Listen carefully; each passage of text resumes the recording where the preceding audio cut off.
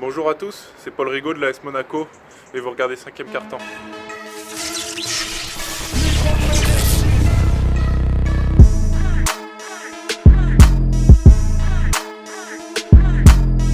Merci à vous d'être avec nous pour ce nouveau rendez-vous donc de 5e quart-temps. C'est la 15e journée. Oui, on n'a pas parlé des précédentes journées, mais vous trouverez le tout sur notre page Facebook. Et avant toute chose, déjà, j'aimerais vous souhaiter une bonne et heureuse année 2017. Et pour parler de cette 15e journée, donc, je suis avec Amélie. Salut Nas. Et je suis avec Émilie. Salut Nas. Ça va les filles ? Ça va et toi ? Ça vous a fait du bien ces petites coupures ? Vous avez profité des fêtes ? Vous avez été gâtés ? Content d'être venu. On a bien mangé. Vous avez vu le All-Star Game ? Ouais. Bien sûr. On pourra C'était peut-être en super. parler dans une autre émission, à voir. On va faire le sommaire de suite. Au sommaire donc de cette émission, on parlera de Le Mans face à Chalon-sur-Saône. On parlera ensuite de Paula Cortez face à Paris-Levallois. On reviendra donc sur les autres rencontres de cette 15e journée. On aura le classement, le MVP, les matchs à venir et enfin le bêtisier, donc quelques grammes de finesse dans ce monde de brut. Vous pourrez rigoler et voir un peu les coulisses du tournage. Voilà. Mesdames, êtes-vous prêtes ? Prête. Alors on va commencer tout de suite avec Le Mans Chalon-sur-Saône. C'est qui s'y colle ? Bah, c'est toutes les deux. Toutes les deux, très bien. Allez, c'est parti. Petit changement, c'est vrai qu'on va faire des attaques combinées maintenant sur les deux matchs. Elles ont pris goût au truc. Voilà, on aime bien.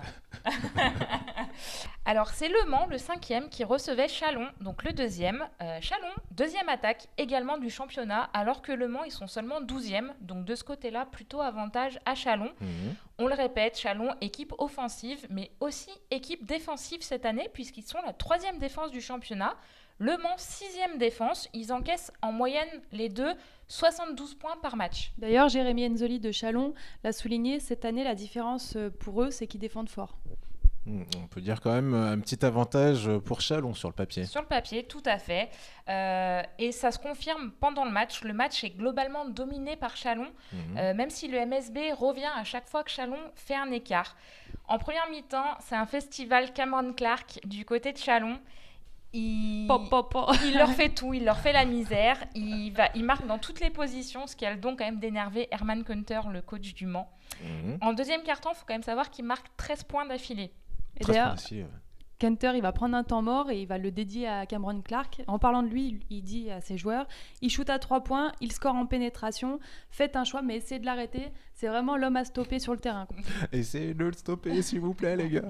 Voilà, c'était ça. Du côté du Mans, il y a quand même un joueur qui permet aux siens de rester dans le match. Alors, Émilie, je crois que tu as une petite idée oui, sur qui c'est. Laou Konaté. Dans le deuxième quart-temps, Le Mans inflige un 12-0 à Chalon. Et sur ces 12 points, Laou Konaté, il en marque 8. Donc, il a été décisif. Et ce qu'il faut souligner aussi, c'est qu'à la mi-temps, Le Mans n'a perdu aucun ballon. Donc, c'est un fait assez rare quand même pour le souligner. Aucun ballon perdu, c'est-à-dire pas de balle partie dans le décor. Voilà, pas de mauvaise passe, pas de passe aux arbitres, voilà, tout ça. Pas de passe aux arbitres. La deuxième mi-temps, c'est globalement le même scénario que la première mi-temps. Chalon met un écart, Le Mans revient. Chalon est devant de 14 points à 7 minutes de la fin. Le Mans revient à 4 points. Notamment grâce à Jordan Watson qui marque 4 paniers primés. Mais finalement, Chalon s'impose 65 à 74. Ouais, donc la logique est respectée. Ouais, Chalon, ils ont régalé tout le monde, que ce soit spectateurs ou téléspectateurs, entre les contres de Mustapha Fall, qui était grippé, il faut quand même le souligner, les alley-oop et autres dunks de Cameron Clark, c'était le gros show, quoi. Voilà. Côté Le Mans, on peut quand même souligner qu'ils ont pris 10 rebonds offensifs alors que Chalon n'en a pris qu'un seul. Et sur ces 10, Mickaël Gelabal en a pris 5. Alors on avait un petit peu cette discussion en off sur Mickaël Gelabal où on se disait qu'on le voyait quand même pas trop ce début de saison. Il a été décisif quand même dans le match. Il a marqué 11 points, 7 rebonds et il a mis des points au moments cruciaux. Voilà. Par contre, manque d'adresse du côté du Mans, 38%. Des joueurs qui sont passés à côté comme Pearson, Anlan, Amagou, entre moins 3 et 4 d'évaluation. Et Wilfried Diégueté, donc, qui faisait quand même globalement un bon début de saison sur ce match-là, il est seulement à 9 d'évaluation. Alors pour rappel, l'évaluation, c'est une compile de plusieurs stats. Je pense qu'on peut dire à partir de 14-15, on a une évaluation correcte. À 20, on est plutôt bon. Oui, tout à fait.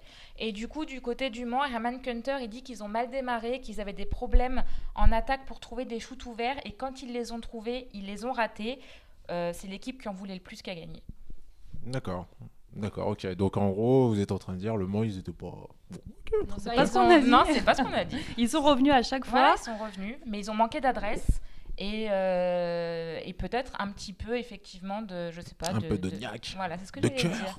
D'accord. Moi, je suis pas tout à fait d'accord. Je pense que la niaque, elle y était. Maintenant, ça s'est joué à l'adresse et Chalon l'avait et Le Mans l'avait beaucoup moins. D'accord. Eh bien, moi j'ai envie de vous poser une question. J'aimerais savoir si, d'après vous, Chalon peut passer devant Monaco d'ici la fin de saison. Ils sont solides depuis un moment, Chalon. Est-ce que Monaco peut craquer? Est-ce qu'ils peuvent repasser devant? Voilà, je suis curieux donc de lire vos commentaires. N'hésitez pas à réagir. On va parler d'un autre match, donc c'est Paula Cortez, Paris-Levallois. Oui, Paris se déplaçait à Pau. Donc le retour de Frédéric Fautou, l'entraîneur de Paris, à Pau était un événement en soi. Pour le coup, le Palais des Sports à Pau était comble, 8000 spectateurs. Oui, parce que Frédéric Fautou, il a fait quand même une grosse partie de sa carrière à Pau. D'accord, l'enfant prodige, le retour, le Messi. Et puis Pau n'a jamais perdu un match des journées de Noël, donc ça, il fallait le mettre en avant aussi. Et Paris, ils avaient à cœur de se remettre après leur match, leur belle défaite à domicile contre le Portel, 47-62, donc ça piquait un petit peu. La fierté. Voilà, il fallait faire preuve de fierté et réagir. Malgré 10 balles perdues en première mi-temps, Pau n'est qu'à -1. Le match est accroché, mais bon, il y a pas mal de maladresse. Pau arrive à enfin creuser un petit écart dans le troisième quart-temps. DJ Cooper, il est certes maladroit, il est qu'à 7 points pour cette rencontre, mais il fait jouer son équipe, il distribue 14 passes décisives dans le match. Énorme. Les Parisiens relâchent un petit peu au quatrième quart-temps et ils le payent aussi sec. Le Palois Edwards, il marque même un 3 points à la fin du match. Alors, J.K. Edwards, quand même, c'est un intérieur. Donc, si même les intérieurs se mettent à marquer à 3 points, on voit quand même les limites de Paris. D'ailleurs, Frédéric Fautou le dit, si des gars comme Bocolo et Edwards marquent à 3 points, ça devient compliqué. C'est sympa pour eux, ça fait plaisir. Edwards, il est d'ailleurs à 17 points, il a fait un gros match à 8 sur 9 au tir. Pau s'impose 77-61, c'est une belle victoire d'équipe qui est désormais bien repositionnée suite au déséquilibre qui avait été créé par la blessure de Ron Lewis à l'aile. Donc ils ont un bon bilan fin d'année 2016, 10 victoires sur 15 matchs. Et ils sont invaincus à domicile. D'accord, très bien. Et du coup, comme Monaco, Chalon et Nanterre, Pau a décroché son ticket pour la Leaders Cup et ça sera leur première participation cette année. Oui, et Mipoka, du coup, le joueur de Pau, avait dit que s'il se qualifiait, il lâcherait un youpi, donc il a dit youpi. Wow. Et c'est un premier objectif atteint pour Pau. Mipoka. Pour Pau. Côté Paris, par contre, c'est pas super. Ils n'ont pas eu une très belle adresse, 39% seulement d'adresse. On parle même pas de l'adresse à 3 points. Ils perdent 18 ballons, ils font seulement 11 passes décisives. Alors quand on sait que DJ Cooper, à lui tout seul, il en fait 14. Voilà. Et il y a tous les joueurs qui ont joué. Leurs évaluations, elles vont de 1 à 13. Alors, c'est Jason Rich qui a la meilleure évaluation avec 13. Donc, ça fait un petit peu peur quand même. C'est moyennasse. Bah, ça pourrait être mieux.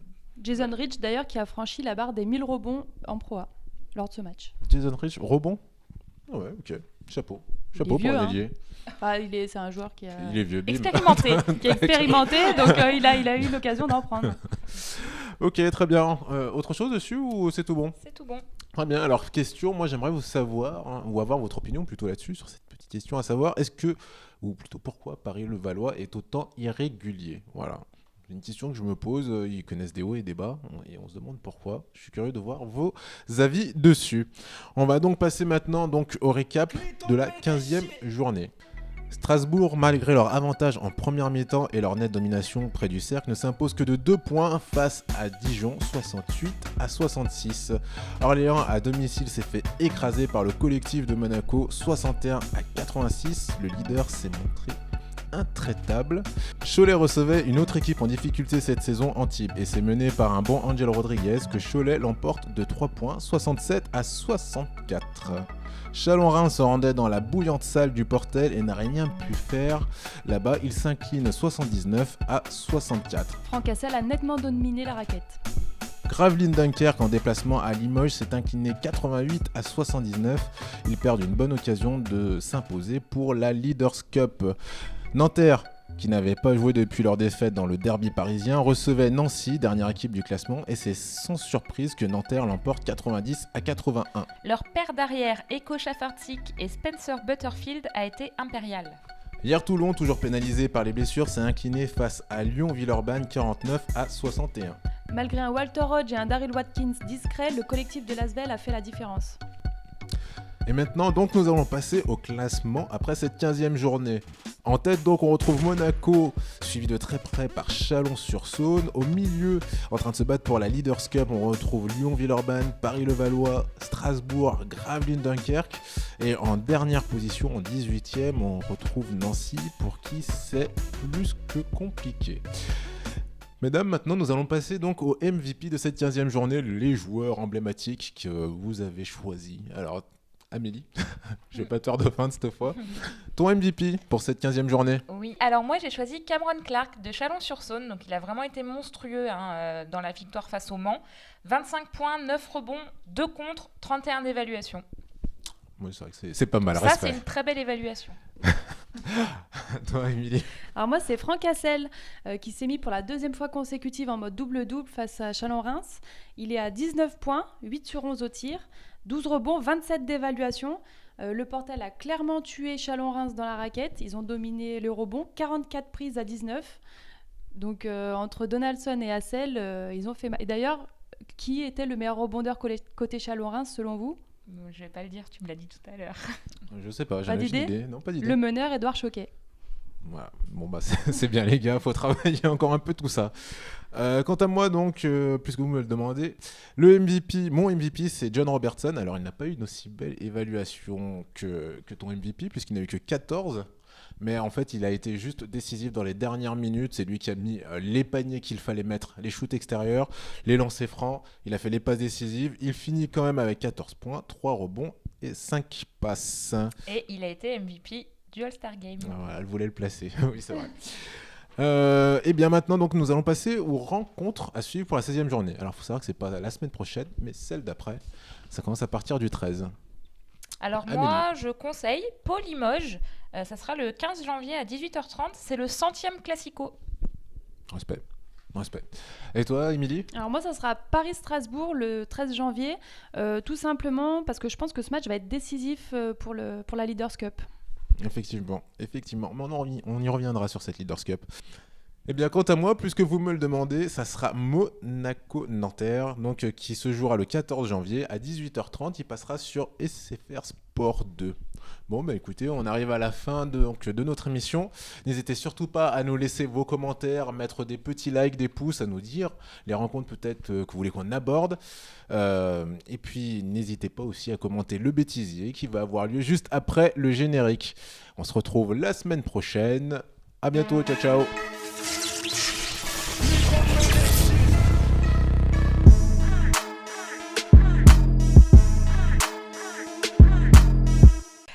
Donc Chalon, c'est la deuxième attaque du championnat qui reçoit la 12e défense. Allez, c'est parti. Et d'une, allez. Allez, c'est parti. Et d'une.